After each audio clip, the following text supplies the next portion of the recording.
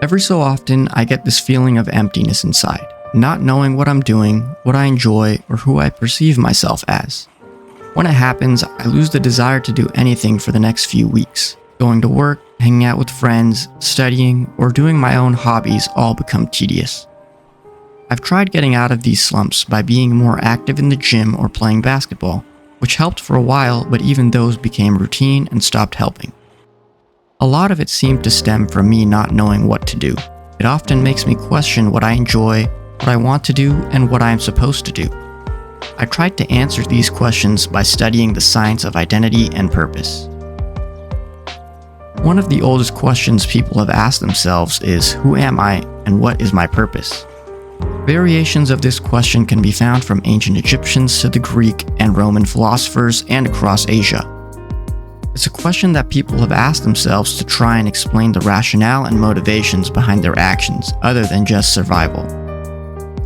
The question of identity is one of the earliest inquiries in classical philosophy and later developed into the sciences of psychology, sociology, anthropology, and neurology. Classical philosophers tried to answer the question of self to find an answer for questions around what happens after death. Does a person stop existing, or is a person not their body? More recent sciences look to investigate what makes a person unique, how a person's identity can be influenced by their environment, and how the brain processes self-awareness and continuity of self over time.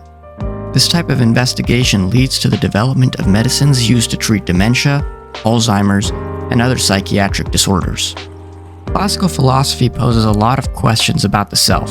Are you defined by your mind, your body, or something else entirely? Does your identity remain the same over time, or do you become a different person as you age? This concept, known as the persistence question, explores the characteristics required to persist as a unique individual. An example of this is the question of the ship of Theseus, which first was posed by a Greek writer, Plutarch. The question states that if you start with a ship but replace each of its old boards over time with new boards, after all the original boards have been replaced, does it remain the same ship? The purpose of this question is to consider what makes an object or a person the same as they were at an earlier point in time. Now you can imagine the same question about yourself. Consider an old class picture where you point to a kid and say, "That's me." How can you prove it? What makes you the same person as the one in the picture? This leads to the psychological continuity view, which is more relevant to our discussion than metaphysical definitions of identity. Let's break down the psychological continuity concept using the original argument of identity. The question it seeks to answer is one of memory. Continuous identity can be defined if person A, you now, can remember the events of past person B, yourself in the past, suggesting you are the same person over time. But what if at some point you can't remember an event from your past? Does that mean you are no longer the same person? Psychological continuity helps bridge this gap. According to the Stanford Encyclopedia of Philosophy, a being is psychologically connected at some future time with you as you are now if they are in the psychological states they are in the future because of the psychological states you are in now. For instance, if most of your current beliefs continue from the beliefs you had while you slept last night, then even if you change over time, as long as your psychological states are continuous, you remain the same person. Although this leaves some questions in metaphysical philosophy, it provides a practical understanding of identity for our topic. Now, let's shift from theoretical foundations to the social and anthropological sciences of identity. These definitions are more common when people think about who they are, encompassing personality, individuality, and characteristics that distinguish you from others. Your identity is how you present yourself to the outside world. You can choose your hobbies, your career, and your attitude. But some identities are assigned to you by your family and those around you, such as your race and beliefs. Your environment also is not something you can choose early in life, and in some cases even later on. Growing up as a Pakistani American in a predominantly white area heavily influenced my personality and behavior. I was fortunate to have a diverse group of friends since they were the ones who best understood the experience of having immigrant parents. Additionally, my parents strongly emphasized academics and traditional values, creating a significant cultural influence at home. Balancing these three distinct environments, family, friends, and school, didn't give me time to fully develop a strong sense of identity for myself. Social psychology examines how individuals self-identify within their social environments, a concept known as collective identity. This can significantly boost self-esteem when individuals engage with their identity groups, fostering a sense of community. Social science explores questions of discrimination, individual interpretations of identity components, and how collective identity affects identity formation. Anthropologically, the question is what properties make an individual unique. This investigation is relatively recent. Before the 1970s, identity was studied primarily to group people based on similarities, often creating racial lines. Recent studies focus on the micro level, examining the environment where an individual matured. Erik Erikson's work, who was one of the earliest founders of ego psychology, is crucial in understanding individual identity. Erikson proposed that people experience psychological crises throughout their lives, which can impact development positively or negatively. Negative outcomes can be revisited and readdressed throughout life. He outlined 8 life stages that critically shape identity. These stages are hope, will, purpose, competence, fidelity, love, care, and wisdom. There isn't a specific age range for any of the stages, but they are approximated in his study. Let's briefly talk about the early stages. Hope relates to a sense of trust, beginning from birth. Meeting a child's needs consistently fosters trust, while failure leads to unpredictability. Will builds autonomy. Creating environments that allow exploration and failure without severe repercussions fosters self-control and self-esteem. Finally, purpose, where children begin interacting with others and making decisions, is crucial for developing initiative. Encouraging decision-making and providing guidelines lead to confidence and leadership skills, while stifling independence can result in guilt and a follower mindset. The next stages, competence, fidelity, and love, occur as children enter adolescence and interact with larger, more diverse groups. Competence develops when children compare themselves to peers, recognizing personal abilities. Encouragement ensures children don't feel inferior, fostering self-competence instead of doubt. A core part of my childhood was basketball. I had friends who loved the sport, and we all wanted to improve. Throughout middle and high school, I tried every drill to get better. Summers were spent playing basketball. Looking back, it wasn't just the sport I loved, but the inclusion and attention basketball players received. This desire to fit in fueled my dedication. The more I practiced and played, the better I got, which led to meeting new people. But as I played more, a lot of the competitiveness creeped into my personality. I would take small games too seriously, which seriously harmed my interactions with others. I realized later that while the competition was great in the context of the sport, bringing it into my life outside of basketball would alienate me from others. I've worked on avoiding competitive environments a lot since then, focusing more on individual sports and activities to get the same level of intensity. But finding a space where I can constantly be challenged is definitely something that is important when I question my purpose. The next virtue is fidelity, explored during ages 12 to 18, when we start questioning our purpose and societal role. This stage is critical for developing unique identity and morality. Parental roles should allow identity exploration. Pushing conformity leads to role confusion.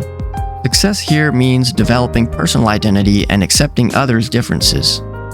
Love, the first stage of adult development, involves intimacy and isolation, lasting from young adulthood to middle age. Forming intimate relationships with family, friends, and romantic partners is crucial. Failure leads to isolation. Success depends on navigating earlier identity stages effectively. This is an area where I struggle due to my personality. I don't prioritize my relationships with family, friends, and others enough. I feel inadequate in how I vocalize my feelings for others. I'm not sure exactly where it stems from, but a small portion can definitely be traced back to the immigrant household. Words of affection were not commonly used, and love was shown differently. This left an imprint on me, and now as I start to make my own connections with different people, I don't always leave the best impression of being someone who cares. It makes me miss potential connections, both personal and professional. It also leaves me feeling isolated from old friends who I don't reach out to often enough. Branching out and making new friends is something I am still trying to do, but I enjoy my time alone too much, which makes attending social events more difficult. After passing on an invitation one too many times, the invitations stop altogether. The first step for me to fix this is to recognize it, and I'm still trying to understand what the next step, effort, will look like for me. This is also the age when many people begin their professional careers. Tom Friars, a professor at the University of Leicester, writes about how work is a central part of identity which ties heavily into a person's self-esteem. To quote his work, "Ultimately, personal identity and self-esteem are closely bound up together and derive from a sense of personal value, of personal worth, of being needed, of being loved for what you are, not just for what you do." It's important to acknowledge that our careers are a major part of our self-perception.